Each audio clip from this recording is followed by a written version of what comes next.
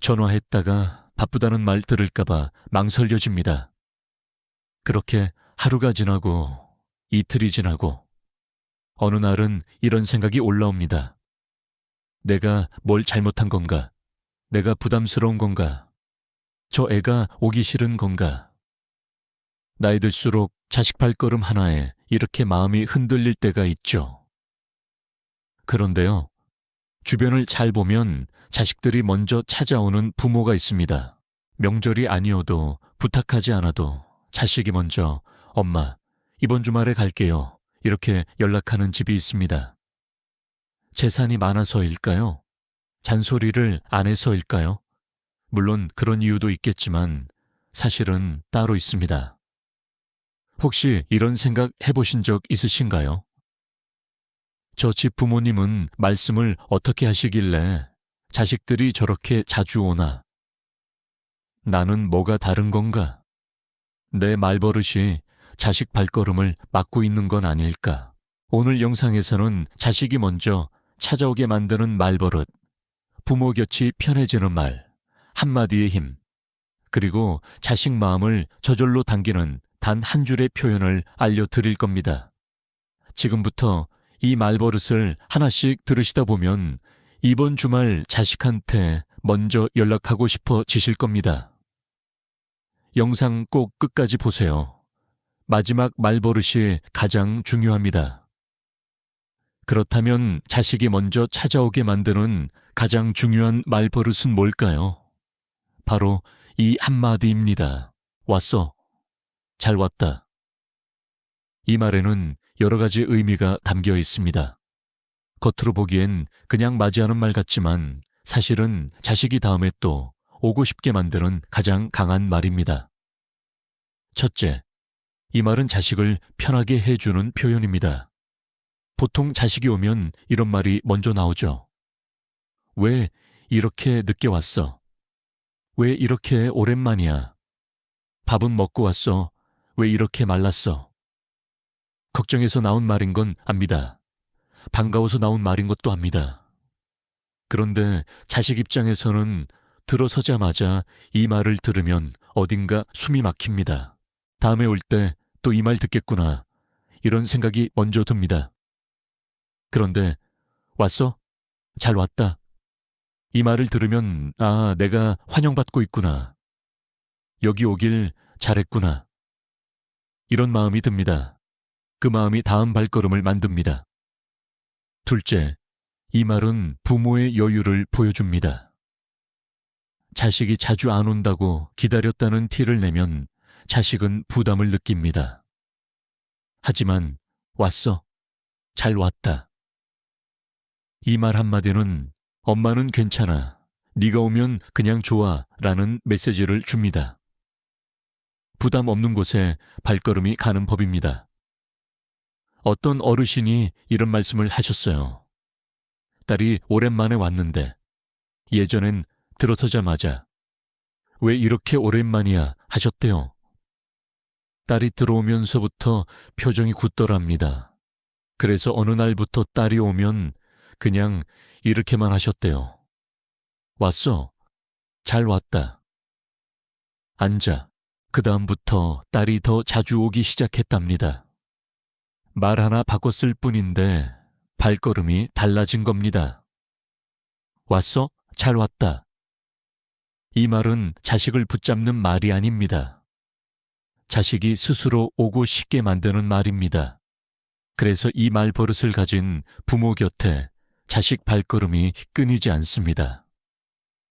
구독과 좋아요 부탁드리며 그럼 이제부터 자식이 먼저 찾아오게 만드는 말버릇 5가지를 구체적인 예시와 함께 알려드릴게요.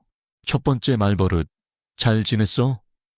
이 말이 뭐가 특별하냐고 하실 수 있습니다. 그런데 많은 부모님들이 자식을 만나면 이 말 대신 이런 말을 먼저 꺼냅니다. 밥은 먹었어? 얼굴이 왜 이렇게 됐어? 요즘 뭐 하고 살아? 전부 걱정해서 나온 말입니다. 하지만 자식 입장에서는 검사받는 느낌이 듭니다. 그런데 그냥 잘 지냈어. 이 한마디는 다릅니다. 너의 요즘이 궁금하다. 내 이야기를 듣고 싶다. 는 마음이 담겨 있습니다. 이 말을 들은 자식은 자연스럽게 입을 엽니다. 요즘 힘든 것도 말하고, 좋았던 것도 말하고, 이런저런 이야기를 꺼냅니다. 그렇게 대화가 시작되면 2시간이 금방 갑니다. 그리고 집에 돌아가는 길에 자식은 이렇게 생각합니다. 엄마 집에 오면 편하다. 그 마음이 다음 주말을 만듭니다. 2번째 말버릇. 고마워. 네가 있어서. 이 말은 자식이 뭔가 해주었을 때 가장 먼저 꺼내는 말입니다. 예를 들어 이런 상황을 떠올려 보세요. 자식이 장을 받아 줬습니다. 어떤 부모는 이러십니다. 이거 내가 먹는 거 어떻게 알고 사왔어? 이건 내가 안 먹는 건데. 또 어떤 부모는 이러십니다. 고마워. 네가 있어서 내가 산다. 자식 입장에서 어느 말을 들었을 때 다음에 또 사다 주고 싶을까요? 고마워. 네가 있어서. 이 말은 단순한 감사가 아닙니다. 네가 내 삶에 꼭 필요한 사람이라는 가장 강한 표현입니다. 이 말을 들은 자식은 내가 부모님께 의미 있는 사람이구나 하는 걸 느낍니다. 그 느낌이 다음 발걸음을 만듭니다. 3번째 말버릇. 됐어. 신경 쓰지 마.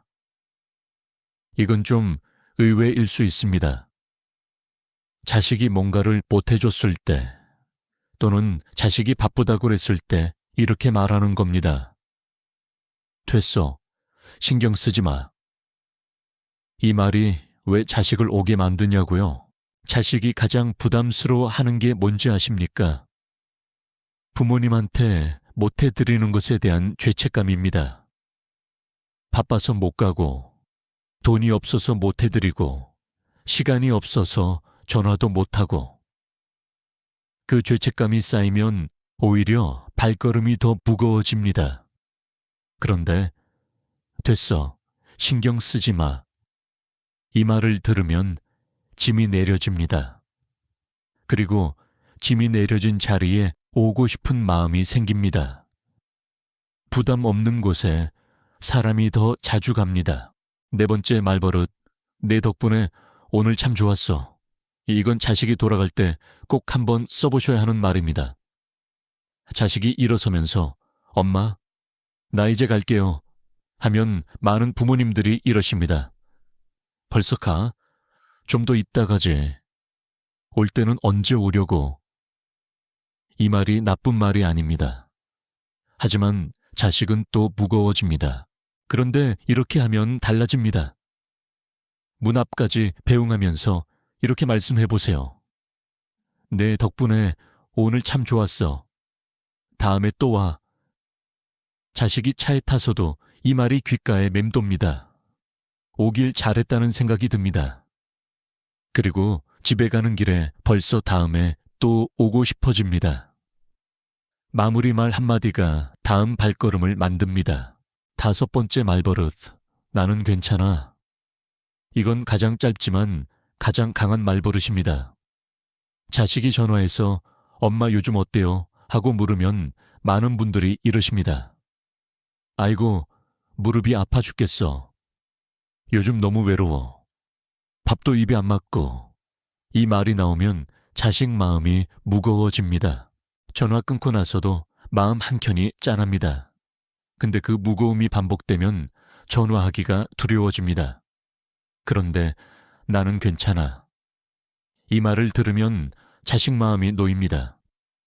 마음이 놓이면 더 자주 전화합니다. 더 자주 전화하면 더 자주 찾아옵니다. 나는 괜찮아. 이 3글자가 자식 발걸음을 가볍게 만드는 가장 강한 말입니다. 이 5가지 말버릇 억지로 외울 필요 없습니다. 마음이 바뀌면 말이 바뀝니다. 자식이 편하길 바라는 마음이 있으면 왔어? 잘 왔다가 먼저 나오고, 고맙다는 마음이 있으면 네가 있어서 산다가 나오고, 자식 짐을 덜어주고 싶으면 됐어, 신경 쓰지 마가 나옵니다. 결국 자식 발걸음을 만드는 건 대단한 무언가가 아닙니다. 자식이 부모 곁에서 편한가? 그게 전부입니다. 반대로 자식 발걸음을 무겁게 만드는 말버릇들도 있습니다. 나쁜 마음에서 나온 게 아닌데 쌓이면 자식을 멀어지게 만드는 말들입니다. 첫 번째, 왜 이렇게 오랜만이야? 자식이 왔을 때 가장 먼저 이 말이 나오면 자식은 들어서자마자 기가 죽습니다. 반가워서 하는 말인 건 압니다. 하지만 자식 귀엔 이렇게 들립니다. 나 혼났구나. 혼나러 오고 싶은 사람은 없습니다. 이 말 대신 왔어, 잘 왔다. 이 말 하나로 바꿔보세요. 분위기가 완전히 달라집니다. 두 번째, 너희 형은 자주 오던데. 이 말은 자식들 사이를 갈라놓는 말입니다. 비교를 들은 자식은 억울하고 서운합니다. 그리고 다음엔 오기가 더 싫어집니다. 자식마다 사정이 다릅니다. 자주 못 오는 자식도 마음은 항상 부모님 곁에 있습니다. 그 마음을 믿어주세요. 세 번째, 내가 뭘 그렇게 잘못했길래. 이 말은 서운함이 쌓여서 나오는 말입니다. 충분히 이해합니다. 섭섭한 마음이 있으니까요. 하지만 이 말을 들은 자식은 죄인이 된 기분입니다. 죄인이 된 기분으로 발걸음이 가벼울 수 없습니다. 서운하다면 이렇게 말해보세요. 나 요즘 네 얼굴이 보고 싶더라. 같은 마음이지만 듣는 느낌이 완전히 다릅니다. 네 번째, 올 때 이것저것 사와. 자식이 온다고 하면 이것저것 부탁하고 싶은 마음 충분히 이해합니다. 하지만 자식 입장에서는 올 때마다 준비할 게 생기면 슬슬 부담이 됩니다. 빈손으로 와도 된다. 네 얼굴만 보면 된다. 이 마음이 전해질 때 자식 발걸음이 가벼워집니다. 다섯 번째, 돌아갈 때 붙잡는 말들. 벌써 가? 좀 더 이따 가지. 가면 언제 또 와? 엄마 혼자 두고 가는 거야. 이 말이 반복되면 자식은 오기 전부터 눈치가 보입니다. 일어설 때 편한 집에 더 자주 가고 싶습니다. 잘 가, 조심해서 가. 이 한마디로 가볍게 보내주세요. 그 여유가 다음 발걸음을 만듭니다. 지금까지 이야기한 것들 다 어디선가 겪어보신 말들이죠. 그래서 더 와닿으실 겁니다. 자식 발걸음은 억지로 만들 수 없습니다. 하지만 말버릇 하나로 자연스럽게 만들 수 있습니다. 지금 내가 하려는 이 말, 자식 마음을 가볍게 하는가, 더 무겁게 하는가? 이 질문 하나면 말버릇이 달라집니다. 마지막으로 한 가지만 더 말씀드릴게요. 자식이 돌아갈 때 말을 어떻게 마무리하느냐가 가장 오래 남습니다. 자식은 집에 가는 내내 헤어질 때 들은 말을 되새깁니다. 한 번은 이런 일이 있었습니다. 어떤 어르신이 오랜만에 아들 가족이 왔습니다. 손주들이 뛰어다니고 집이 좀 어지럽혀졌습니다. 예전 같으면 아유, 어지럽혀 놓고 가네. 이렇게 말할 수도 있는 상황이었죠. 그런데 그분은 현관에서 아들 손을 꼭 잡으면서 이렇게 말했습니다. 오늘 와줘서 고마워. 너희가 있으니까 이 집이 집 같다. 아들이 차에 타서 아내한테 이렇게 말했답니다. 우리 다음 주에 또 오자. 말 한마디가 다음 주 발걸음을 만든 겁니다. 이게 바로 말버릇이 만드는 자식의 발걸음입니다. 자식이 먼저 찾아오길 바라십니까? 그렇다면 자식이 오고 싶은 곳을 만드세요. 잔소리 없이 반겨주고 부담 없이 편하고 돌아갈 때 기분 좋은 곳. 그곳을 만드는 건 넓은 집도 맛있는 음식도 아닙니다. 말버릇 하나입니다. 왔어? 잘 왔다. 이 말 한 줄이 자식 발걸음을 바꿉니다. 오늘도 귀한 시간 내주셔서 진심으로 감사드립니다. 구독과 좋아요 꼭 눌러주시고 소중한 댓글도 남겨주세요. 이 영상을 주변 부모님들께 나눠주신다면 그 따뜻한 말이 더 멀리 퍼질 거라 믿습니다. 더 좋은 영상으로 찾아뵙겠습니다. 감사합니다.